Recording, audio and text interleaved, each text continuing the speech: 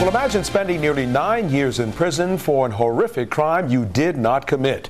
Good evening, everyone. I'm Jerry Lambert. And I'm Marianne Manco. Well, Kirk Bloodsworth was wrongly convicted of rape and murder, and now he's a free man. ABC News Channel 20's Liz Foster tells us how he's working to help others wrongly convicted. Liz.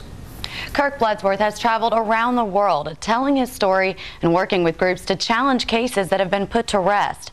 Thanks to a federal grant named after Bloodsworth, the Downstate Innocence Project, along with Central Illinois law students, hope to free others who have been wrongly convicted. 8 years, 11 months, and 19 days. That's how long Kirk Bloodsworth spent in a Maryland prison.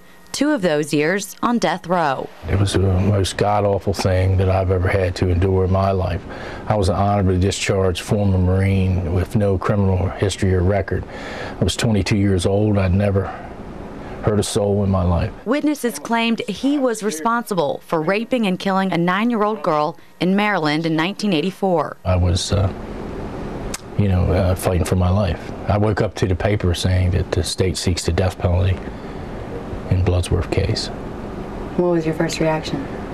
You're going to kill an innocent man. Bloodsworth maintained his innocence the entire time behind bars, and finally, DNA testing after he was convicted and sentenced to death proved he was innocent. It's almost like you have been diagnosed maybe 10 years earlier with a terminal disease, and all of a sudden you're cured. Sat in on the hearing. Bloodsworth now works with organizations like the UIS Downstate Innocence Project to find solutions to what he calls a flawed justice system. The Innocence Project is using a $687,000 grant to pay for DNA testing for convicted inmates who also may be innocent. We now can go back and look at all kinds of cases where there may have been residue left that can be tested for DNA to determine whether in fact that evidence truly belonged to the individual who was convicted. Law students at the University of Illinois and SIU will review 30 cases that may, through DNA testing, prove inmates in Illinois prisons are innocent.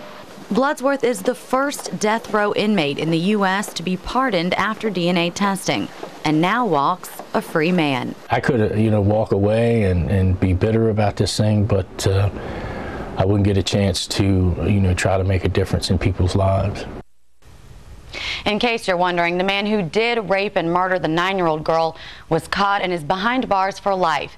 Kimberly Shea Ruffner pleaded guilty to the 1984 case. When DNA matched Ruffner, he was already behind bars for attempted rape and intent to murder.